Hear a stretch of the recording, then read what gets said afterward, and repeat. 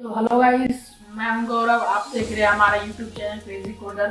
तो जैसा कि हम पिछले वीडियो में हम VS कोड को डाउनलोड करने की पूरा प्रोसेस बताए थे और सब कुछ उसमें बताए थे कि किस तरह से VS कोड को डाउनलोड करना है और किस तरह से सेटअप करना है। आज मेरा लेक्चर क्लास 2 है, जिसमें हम आपको बेसिक स्ट्रक्चर बताएंगे, जो HTML का बेसिक स्ट्रक्चर क्या होता है।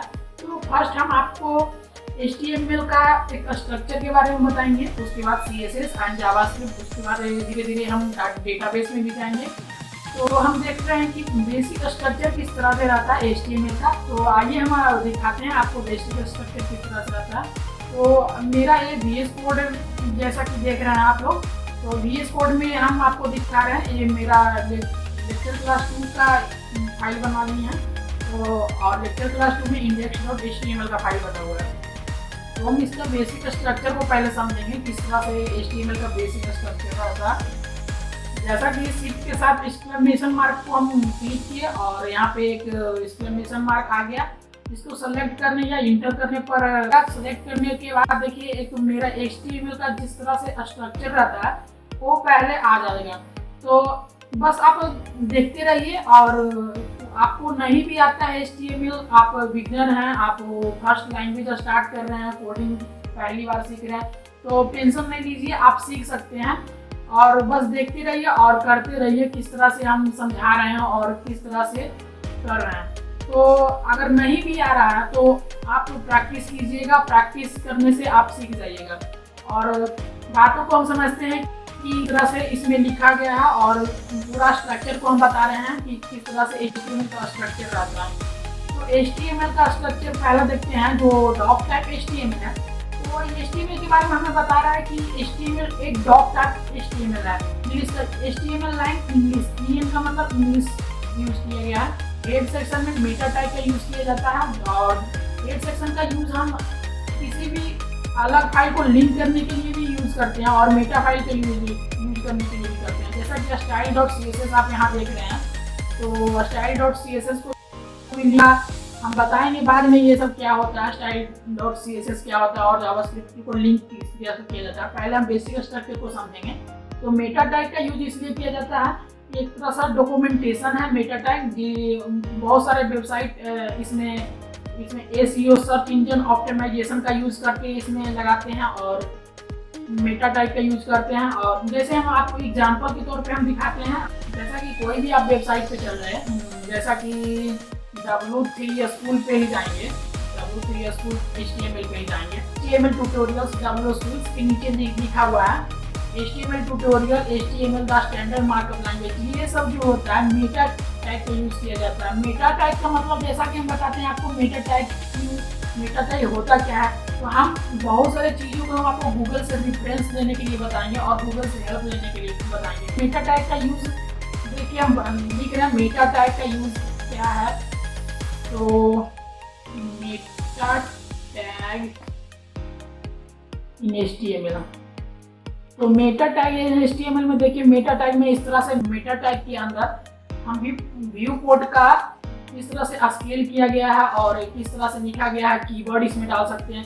जैसा कि हम कीवर्ड के बारे में बताएं, तो मेटा टैग का कीवर्ड मेटा नेम कीवर्ड्स लिखा गया और HTML CSS एंड जावास्क्रिप्ट इस तरह का कीवर्ड्स है। जैसा कि हम आपने बताएं, इसी का वेबसाइट पे हम W3 स्कूल के वेबसाइट पे गए और नीचे में डिफिनेशन में लिखा गया है, ये सब जो है ये कीवर्ड का यूज किया गया। और कीवर्ड का यूज किस लिए किया जाता है, कीवर्ड का यूज इसलिए किया जाता है क्योंकि अगर सर्च इंजन ऑप्टिमाइजेशन का यूज नहीं करे तो कोई भी सर्च मारने पर वेबसाइट आपका फर्स्ट में ऑप्शन में रन नहीं करेगा, इसलिए कीवर्ड का यूज किया जाता है। तो कीवर्ड मोस्ट इम्पोर्टेंट है, जो इसके बारे में हम और आगे बात करेंगे। तो कीवर्ड का यूज किया गया है मेटा टैग के अंदर।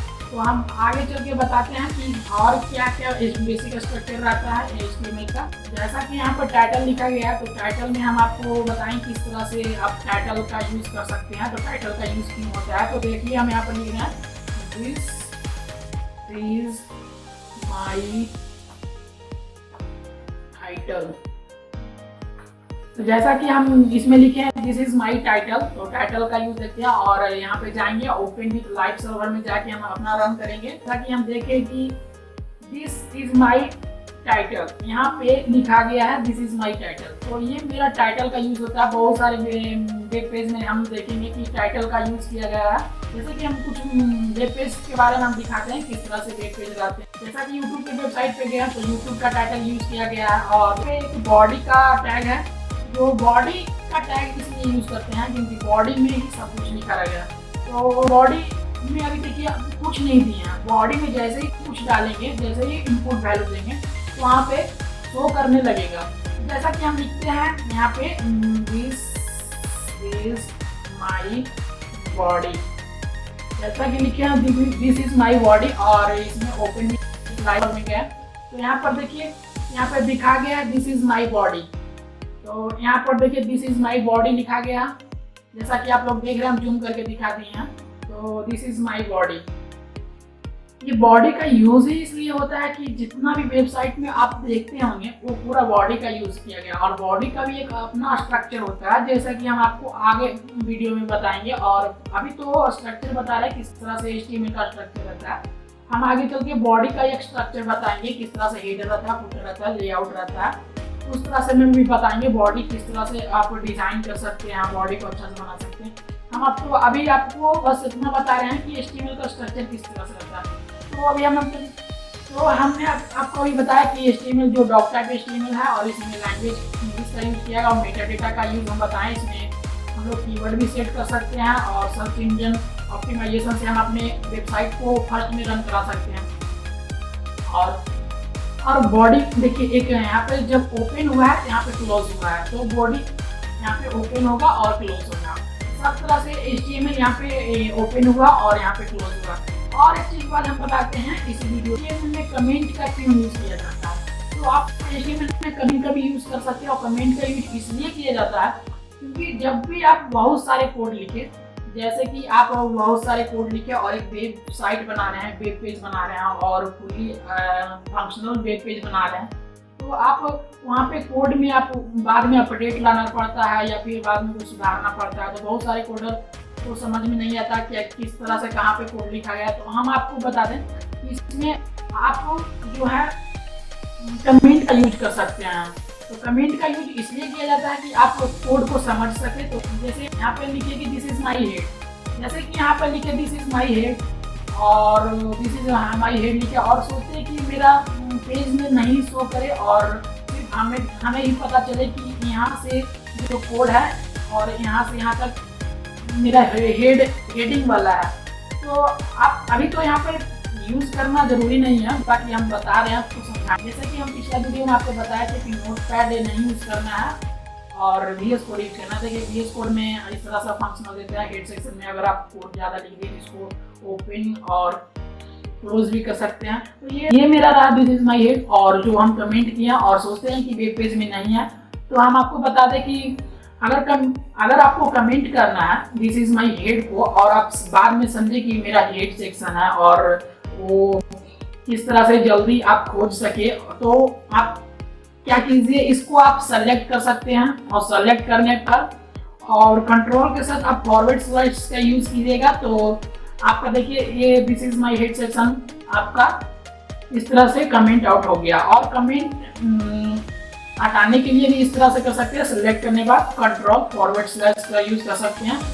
इस तरह से आप यूज करके कमेंट लगा सकते हैं। कमेंट इसलिए लगा सकते हैं क्योंकि आप कोड को जल्दी समझ सके, बाद में अपडेट कर सके, और काफी अच्छा लगता है। और दिखाते हैं कि आप कमेंट आउट करने के बाद वेब पेज में आता है या नहीं। आप पहले कमेंट कीजिए कि ये कमेंट वेब पेज में मेरा शो करेगा या नहीं, आप बता सकते हैं। तो कमेंट में नीचे बताओ, हम आपको अभी करके दिखाते हैं।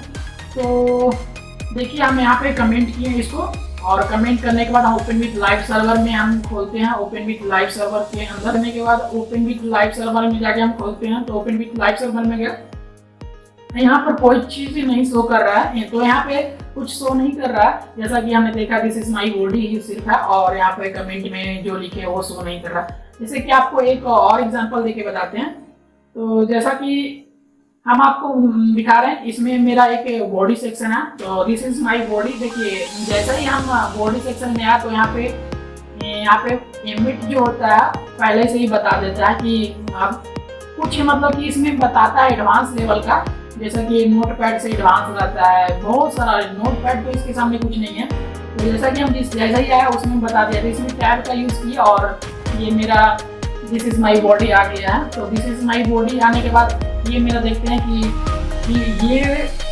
ये मेरा बॉडी लाइव सर्वर में आ रहा है या नहीं। तो ये भी नहीं आ रहा है, क्योंकि ये है जो मेरा कमेंट आउट है। और इसको कमेंट से हटा दिया जाए तो क्या होता है, तो जैसे ही कमेंट से हटाएंगे तो मेरा हेड सेक्शन में रन करेगा। देखिए जैसे ही कमेंट आउट किए, कमेंट से हटाए तो ये मेरा हेड सेक्शन में आ गया, जैसा कि हम आपको बोले थे। तो आप सोचते हैं कि ये मेरा बॉडी में नहीं है, तो आप सिर्फ समझने के लिए, आपको समझने के लिए ये यहाँ पे यूज़ कर सकते हैं। जैसा कि हम आपको बता दें कि आप सोच रहे हैं कि बस एक लाइन को ही कमेंट करने के लिए बताया, तो आप मल्टीपल लाइन का भी यूज़ कर सकते हैं।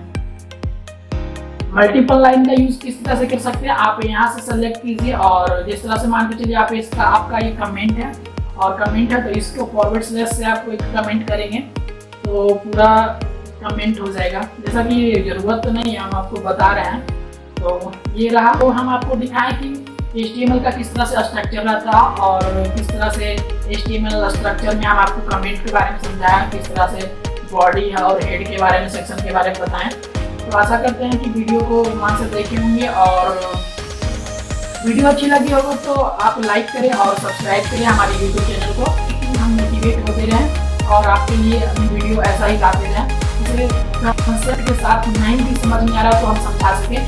तो